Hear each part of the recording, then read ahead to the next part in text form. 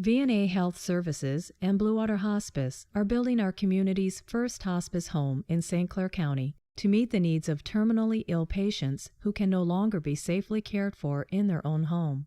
On behalf of V&A Health Services and Blue Water Hospice, we thank you for joining us and viewing this presentation. He was always a very active man. He was 91, he was still out deer hunting. And to see him like this, confined to a chair, I don't wish this on him. My mother went in for her annual physical. About a week afterwards, the doctor called her and said that he'd seen a little shadow on her lung. He was pretty sure that the lung cancer was back. I remember times where she would walk and be in so much pain, but she was determined. She was a great mom for us. All of us sisters pulled together, but that's the point. We had sisters. There's people out there that have nobody.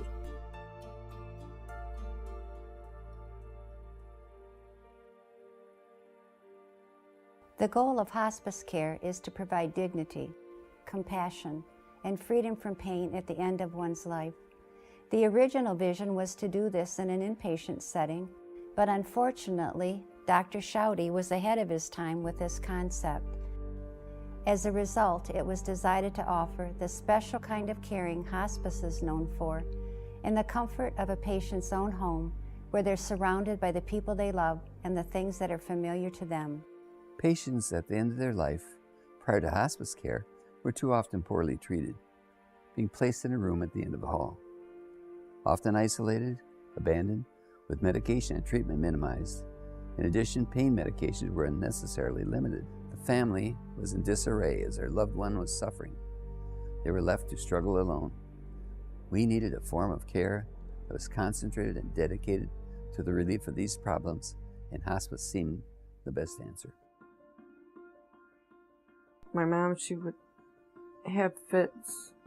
The doctor felt that she still had her mind and that she could decide to go home as long as someone would move in. And so I moved from Saginaw here and brought her home to her house. Mother had only me to depend on, and I know that there are other people who quite simply don't have anyone.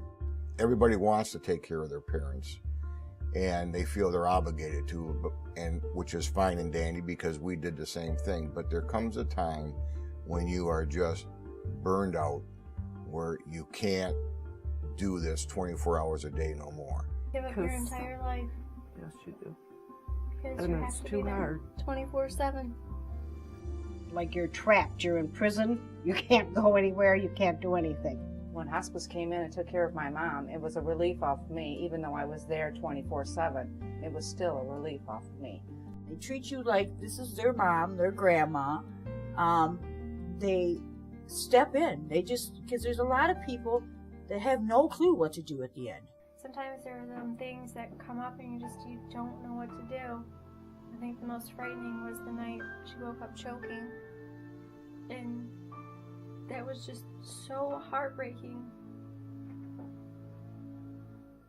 Hospice was there. We did call and they called back immediately. And something as simple as raising the O2, the amount of O2. That a nurse could have did. Yeah. You know, we wouldn't have had to see, that look in her eye. Yeah. Because they were really good at telling me what my options were, even down to describing the care that I could receive as my mother's caretaker.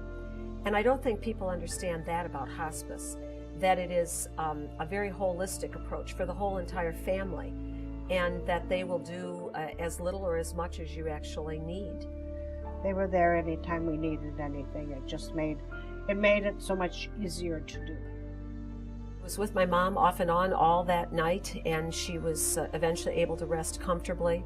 Sometime between 2:30 and 4:30 a.m. she passed away, and I was very calm and relaxed about it all. It seemed gentle because I had been advised to give her the exact right amount of medication to relax her and make her comfortable.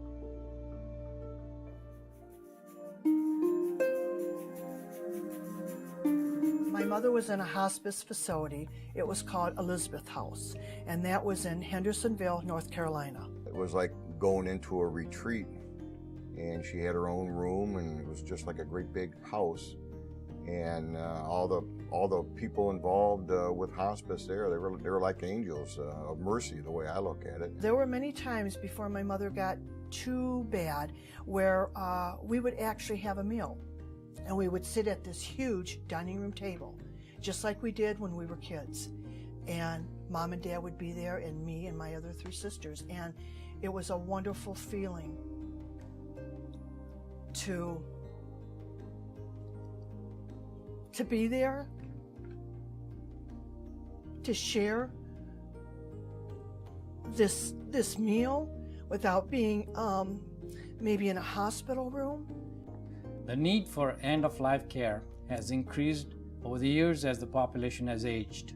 Blue Water Hospice plans to build a home away from home for those who cannot be cared for in their own residence due to caregiver fatigue or non-availability around the clock. Our hospice residents will provide 12 private, comfortable rooms with a home-like environment geared for those last days of life.